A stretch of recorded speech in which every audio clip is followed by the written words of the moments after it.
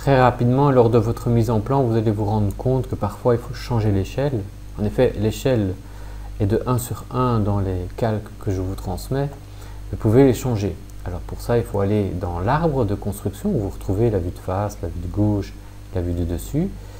On va prendre le calque, sa propriété, avec le bouton droit de la souris. On rentre dans les propriétés et là, vous découvrez en fait les différents paramètres que j'ai déjà définis sur ce calque. Si vous voulez par exemple avoir une échelle 2 fois plus grande, il suffit simplement de changer cette valeur, de l'appliquer pour la voir s'appliquer évidemment sur l'objet.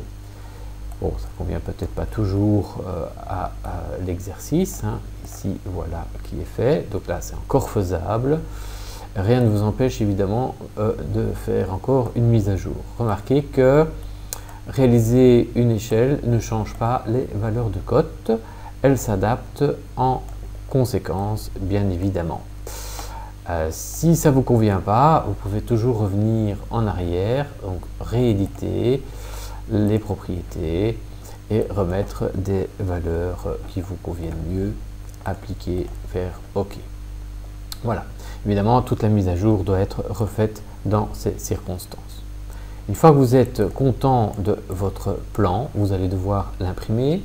Si vous devez nous le transmettre en PDF, il faudra que vous installiez une imprimante PDF sur votre machine. De toute façon, la technique, c'est l'impression. Donc, ne nous envoyez pas un fichier PDF avec fichier enregistré sous. Faites une impression pour avoir une impression convenable qui respecte les épaisseurs de traits. Comment procéder? Eh bien, vous devez aller dans Fichier, Imprimer. Et dans Fichier imprimé, première chose, vous devez choisir votre imprimante. Donc, nous allons choisir l'imprimante qui nous intéresse. Ensuite, dans cette imprimante-là, vous devez également choisir à quel format vous avez affaire. C'est dans la propriété de l'imprimante que ça doit se définir. Portrait au paysage. La taille également. Ici, A4. Une fois que ça correspond, on fait OK. Si la zone grisée correspond à la zone complète d'impression, tout est correct.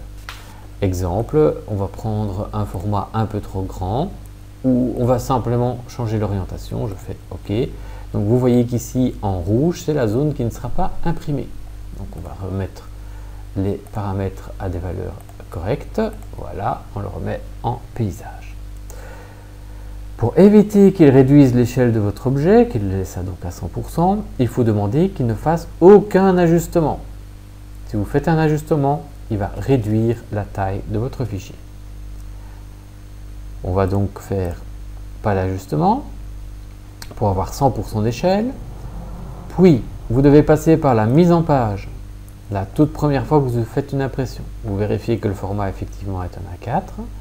Et les marges, vous essayez de les réduire au maximum. Donc, moi, par exemple, je les ai réduites à 1, puisqu'il les met à 5 ou 10 par défaut au départ, ce qui empêche toute impression correcte de nos formats.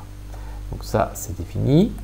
Il faut ensuite, dans les options, s'assurer qu'on imprime bien en monochrome. Donc, pas de niveau de gris, pas les vraies couleurs, bien le monochrome.